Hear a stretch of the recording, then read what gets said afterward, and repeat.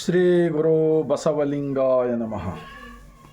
ವಿಶ್ವಗುರು ಮಹಾತ್ಮ ಬಸವಣ್ಣನವರನ್ನು, ವಿಶ್ವಜ್ಯೋತಿ ಅಕ್ಕ ಮಹಾದೇವಿರವರನ್ನು, ಸಕಲ ಶಿವ ಶರಣರನ್ನು ಎನ್ನ ಹೃದಯ ಮಂದಿರದಲ್ಲಿ ನೆನೆಯುತ್ತಾ, ಭಾರತೀಯರೆಲ್ಲರೂ ಇವತ್ತಿನ ದಿವಸ ಎಳ ಅಮಾವಾಸ್ಯೆ ಈ ಒಂದು ಹಬ್ಬದ ನಿಮಿತ್ತವಾಗಿ ಇವತ್ತು ಪ್ರತಿಯೊಬ್ಬರು ತಮ್ಮ ತಮ್ಮ ಹೊಲಗಳಲ್ಲಿ ಹೋಗಿ ಸೃಷ್ಟಿಕರ್ತನನ್ನು ಕೊಟ್ಟಿರ್ತಕ್ಕಂಥ ಪ್ರಸಾದವನ್ನು ಪಡೆದುಕೊಂಡು ಧನ್ಯವಾದಗಳನ್ನು ಹೇಳುವುದರ ಮೂಲಕ ಬಸವಾದಿ ಶರಣರ ಇವತ್ತು ಒಕ್ಕಲಿಗ ಮುದ್ದಣ್ಣ ಅವರು ಕೂಡ 12ನೇ ಶತಮಾನದಲ್ಲಿ ಶರಣರಾಗಿದ್ದಾರೆ. ಅವರದಾಗಲಿ ಇನ್ನೊಬ್ಬರು ಶರಣರದಾಗಲಿ ವಚನಗಳನ್ನು ಹೇಳಿಕೊಂಡು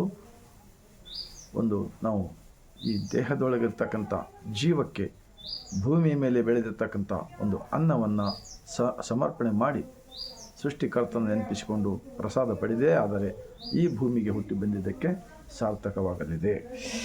ಇಂತಹ ಒಂದು ಎಳ ಅಮಾವಾಸ್ಯೆ ನಿಮಿತ್ತವಾಗಿ ಒಂದು ಜೇಡರ ದಾಸಿಮಯ್ಯರವರ ವಚನ.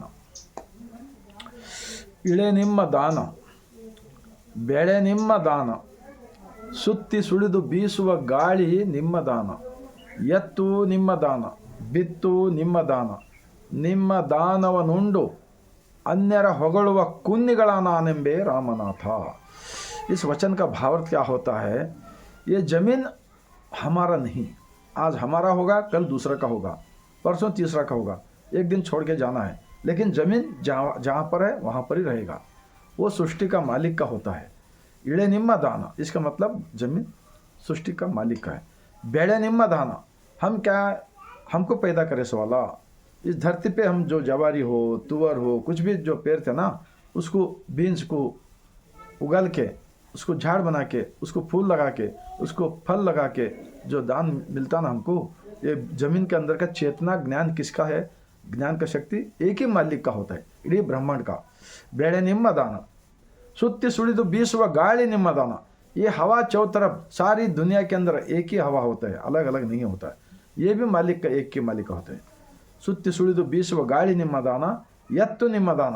जो खेती में काम करते थे उस ज़माने में, तो बैल को दरिए से हम खेत के करते थे, वो बैल को पैदा करे वाला मालिक, हमको पैदा करे वाला एक ही मालिक. हाँ, ये सब एक ही जाल होता है.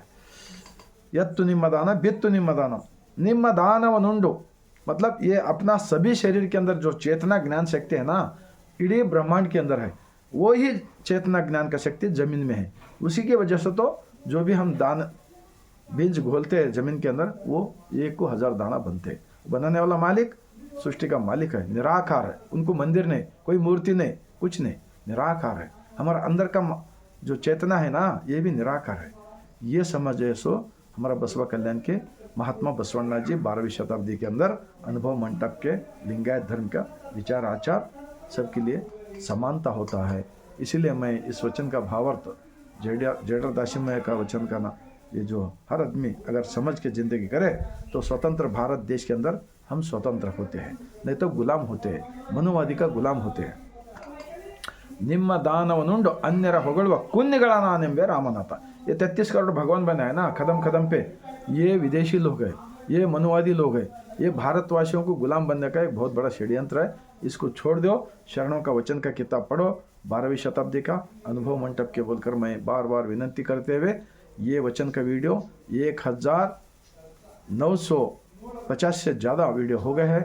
इडीं भारत देश के अंदर मैं अब तक यूट्यूब में फेसबुक में डाला हूँ. ये सबके लिए एक सच्चा का है, एक अच्छा का है, सबको मिलकर जीने का है. जात पात ऊंच नीच भेदभाव ये सारे कचरा निकल के फेंक कर हम अच्छा ज्ञान सृष्टि का ज्ञान पाकर एक अच्छा इंसान बन सकते हैं. हम इस ज़मीन पे जब तक रहेंगे तब तक हमारा अंदर का अज्ञानता का कचरा निकाल कर दूसरों के बारे में बुरा नहीं सोचना, ऐसा सब हमारे अंदर का एक करके हम जितना दिन रहेंगे उतना दिन ऐसा बसवण्णा जी का अनुभव मंडप के विचार के साथ जिंदा करेंगे, जिंदा रहेंगे. और जिस दिन जाना है उस दिन मालिक का नाम लेकर खुशी से जाएंगे. इतना मैं बोलते हुए आप लोग को मन को लगा, दिल को लगा, तो भारत देश के अंदर रहने वाले 145 करोड़ जनता है बोलते हैं ना, उन सब तक पहुंचाने का काम कीजिए. असली देशभक्त वो होते हैं, असली राष्ट्रभक्त वो होते हैं बोलकर मैं बोलते हुए लास्ट में और एक बार बसवा कल्याण की ज़मीन से, अनुभव मंडप की ज़मीन से सर झुकाकर मैं शरण करता हूँ.